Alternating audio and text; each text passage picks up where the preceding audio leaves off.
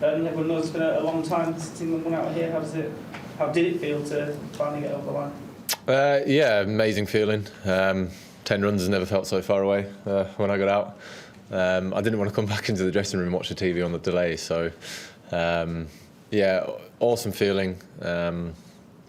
Been on a couple tours before where it's not gone too well, so to end up on the right side of the result after a long period of time is a pretty special feeling.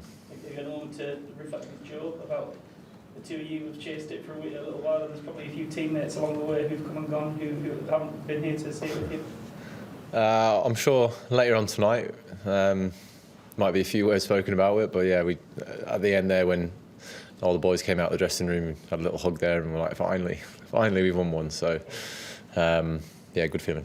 Were there moments in this match that said to you as captain that this was a team that still had the fight that you were asking for and looking for, and ready to keep throwing some punches?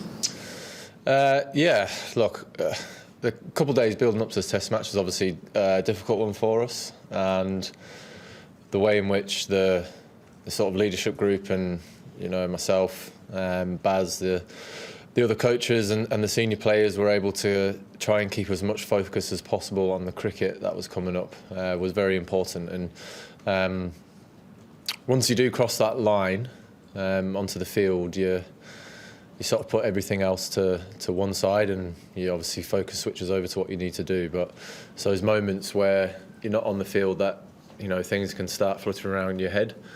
So look, I think the way which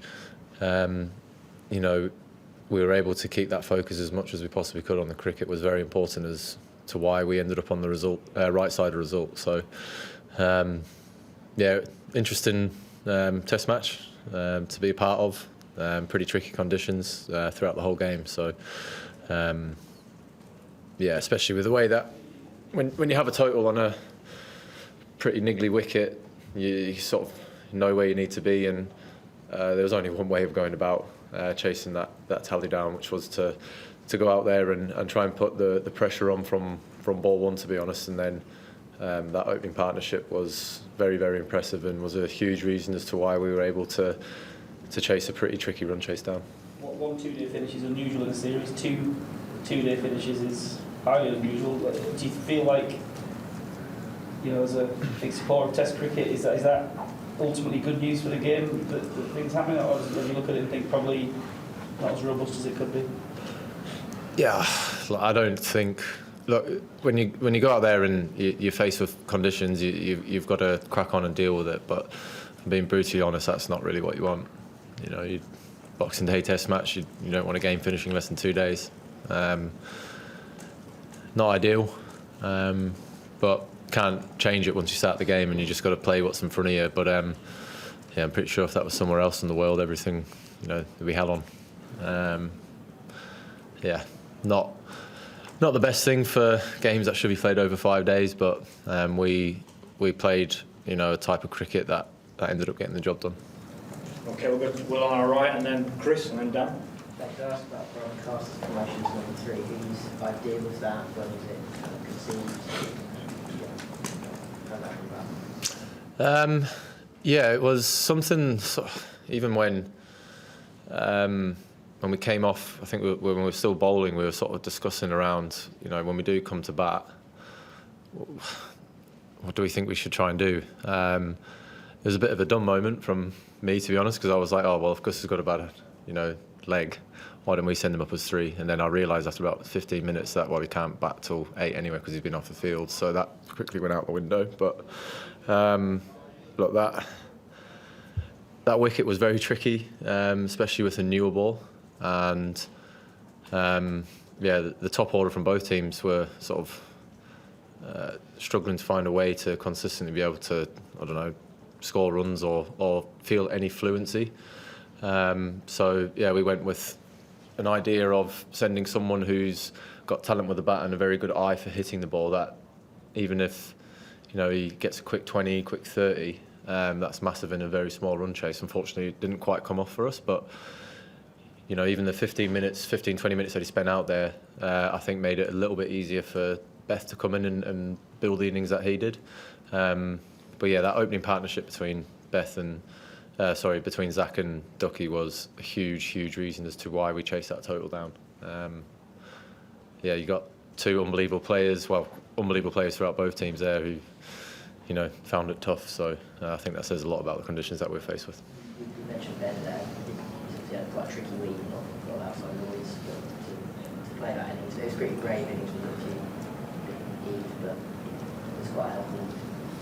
Yeah, definitely. And look, that was the way that, was, I think, your best possible way of being successful out there was looking to be very proactive against a very, very good bowling attack who are relentless in their line and length. On a wicket like that, you can't allow bowlers to be able to just run up and put the ball where they want to without putting them under some kind of pressure. And you've seen when Zach and Ben started building a partnership, the field started to go back and then we're able to rotate. And I think as well, Zach identified that moment and then sort of played slightly different. It wasn't just the boundaries that were allowing us to tick that total down, it was the ones and twos and the running between the wickets. And I was very pleased with the way that we went about that and how brave we were and committed to a style of play that we knew was the best chance of us chasing that down.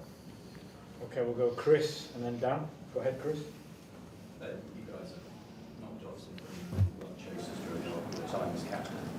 Given the conditions here and I guess the circumstances the team found themselves in this week, is that one most satisfying of the lot? We've obviously chased some big totals down before. Scores of over 350 in the fourth innings is, pretty good effort that we've managed to do on a couple of occasions. But chasing down 170 on a wicket like that was never ever going to be easy. So I think when you put everything into consideration with the build-up to this Test match, the conditions that we were faced with to chase 170 down, you could almost say that felt like 340. It was tough, but I love the way that we went about that. We just didn't let a very good bowling attack feel like they were able to settle into the areas that they wanted to be able to bowl to give them the best chance of taking our wicket. Dan, go ahead. And you said that you're pretty sure if that was somewhere else in the world that there'd be some criticisms of it. Are you alluding to perhaps Western criticisms of Indian pitches in the past or Asian pitches? And as an extension, what would your feedback to the match referee be about the wicket? It's your words, not mine. That one. What about your feedback? Won't be the best. What? Won't be the best. We'll go Barrett on our right, and then we'll go Simon, Dan, Lawrence, and Barrett. Ben, obviously it's taken you a long time to win this first Test in Australian soil. How important is it, even if the Ashes are lost for, say, Josh Young or Jacob Bethel in particular, to get that out of the way early in their career and the way tongue ball and that will matter to you?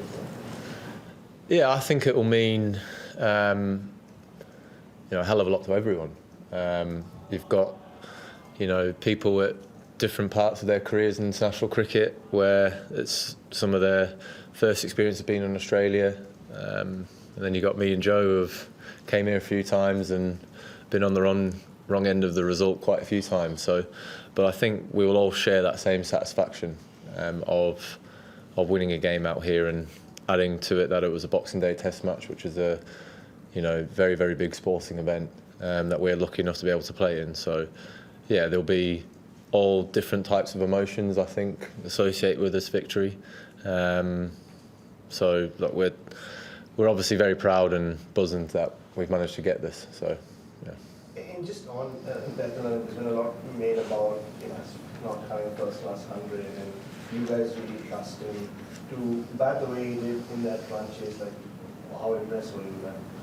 Yeah, very impressed. Look, obviously Best's been a part of the England setup now for a couple of years, and there's obviously been a lot spoken about his track record before progressing into the international scene, and it is understandable, but we know the quality that Jacob Bethel possesses. He's very young and he's got a long time ahead of him at the highest level, whether that be at international level or franchise level, whatever it may be. So I think it was a very calm and measured approach on such a inexperienced player. So it would have been. I'm sure he would have loved to have been able to walk off there, not out. But gosh, he's pretty unlucky to smoke one straight to cover there in that situation. But yeah, I was very impressive watching him construct that innings in the way that he did. Go Simon and Dan at the back of the room, please. Just related to Bethel, really. What impressed you about his innings, and would that have been his own decision to rank the first ball after tee, or was there some discussion about that?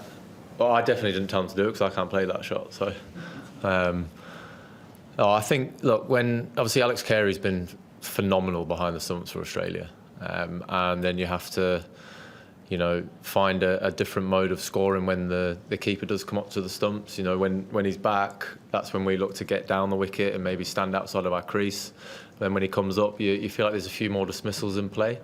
So, look, again, Scott Boland is, phenomenally accurate in what he does. He operates in a way that's, very, very consistent. So, in terms of that decision to be able to do that straight after a break, I think it showed bravery, and a courageous way of taking it on. And we needed to be brave and courageous in chasing this run tally down on that type of wicket. So, look, he obviously played that reverse and then makes the bowler sort of sit back a bit, and then he gets a half volley next ball and crunches it through the covers for four. So you're saying in a way that it's important to be brave, but also to be smart about it, to be strategic, which I guess that was. Yeah, definitely. I think you don't underestimate the impact that a certain shot or a certain intent does do to a bowler, and how that affects them when they run up and bowl their next ball. He got a ball that Scott Boland doesn't bowl too often. So look, you've got to be brave and courageous in the way that you play the game, especially on a wicket like that. If it was a flat, pretty placid surface, I don't think you'd see too much going on like that elsewhere. Dan? And I just wanted to ask you, given there's been 15 years between Ashes wins for England and in Australia, do you think that win will help some of your younger players looking ahead to future tours, having some, I suppose, happy memories of winning a game in Melbourne and winning a boxing back down? I don't know really. It'll be another 4 years till we come back here. I guess now there won't be that narrative written that we haven't won a game, and so that goes back to zero now. I'm not sure, to be honest. We know Australia is a very hard place to come and win a game, let alone a series. But yeah, as I said, we've got guys at this end of their career, we've got guys at the start of their career, and quite a lot of the players in that dressing room next door will have a lot more opportunities to be able to come to Australia and win games of cricket for England. Lawrence, and then we'll do three more. Go ahead, Lawrence. Ben, I know Jacob batted at 4 today, but is an innings like that the first step on the road to him being England's permanent number 3? Well, it certainly doesn't do him any non-favours. Like he played well coming in under, obviously a little bit of pressure with where the team results were at before this game. So, look, he got a unplayable delivery first innings. So then to go out there and play the way that he did there, I think shows a lot about his character and the confidence that he has within himself. So yeah, something for Beth to be able to build on, definitely. Stefan and Matt. You might not know an answer to this because there's a lot going on, but how's it? Yeah, obviously disappointing to see him go off the field. Obviously, I'm not part of the medical team, so I'll leave that up to them. But yeah, I'm sure, as always, whenever a player leaves the field, that there'll be all the scans, and then we'll just have to wait and see. You've lost a lot of experience in the bowling attack over the last few years for various reasons, and Anderson, Broad, Woakes, even Marwood and Jofra Archer leaving this tour. It felt like a bit of a window into the future this week with Josh, Gus and Bryan playing together for the first time in a test match. What do you think about that as that attack going forward and the experience that those guys have had, what you can build around? Yeah, I think obviously we're in the here and now, but when you go down a certain way and a certain path with building a bowling attack. In 2-3 years' time, who knows where those players will be. We might see, some other bowlers get given an opportunity along that road. But yeah, I've been very pleased with the moments and games where, different bowlers have been able to stand up. We've been disappointed as a bowling group, knowing that we haven't been able to execute the plans that we wanted to for long enough. But I thought this week we were very, very good in doing that for longer period of times. And obviously on the surface, that's quite helpful for that. When you put the ball in the right area, you're giving yourself a chance. Matt? Thank you. Can I just ask you about Josh Tongue specifically and his performance through the test? Obviously bowled some pretty long spells and supposed to have the bravery to pitch it up yesterday. Yeah, he's... To be honest, I think that India test last year where Wokesy went down, I think did him so much confidence. He's had his injuries, and when you do have injuries, you do tend to lean on the side of caution towards things. But I think that test match did so much good for him, knowing that he can bowl long spells and then he can come back and back that up. And he's reaped the rewards since he's been given the opportunity out here. I think he's got those natural attributes, in particular to right-handers with his release point and how he constantly makes right-handers feel like they need to play the ball. And as I say, he's just got that natural wicket-taking ability that is so hard to come by. But yeah, he should be very, very proud of himself, the way that he's operated this game. Bowled some long, big spells, and he's also backed it up. So yeah, he's been phenomenal in the 2 opportunities that he's been given so far this series. And last one here in the white t-shirt, go ahead. Yeah, Ben, I'm just interested in some insight as to whether or not you felt like you were going to change the new ball from Bryden to Josh at any point. Obviously came off 5 wickets in the first innings, and throughout the coverage of this test there was a little bit of talk about Bryden's record to left-handers. Obviously Travis and Jake Weatherall opening batting for Australia. Was that something you had to consider throughout this test? And just broadly speaking, Bryden's performance throughout the test, it felt like he got a little bit better as the test went on, particularly in that second innings. No, Bryden and Gus are always going to be our new ball bowlers.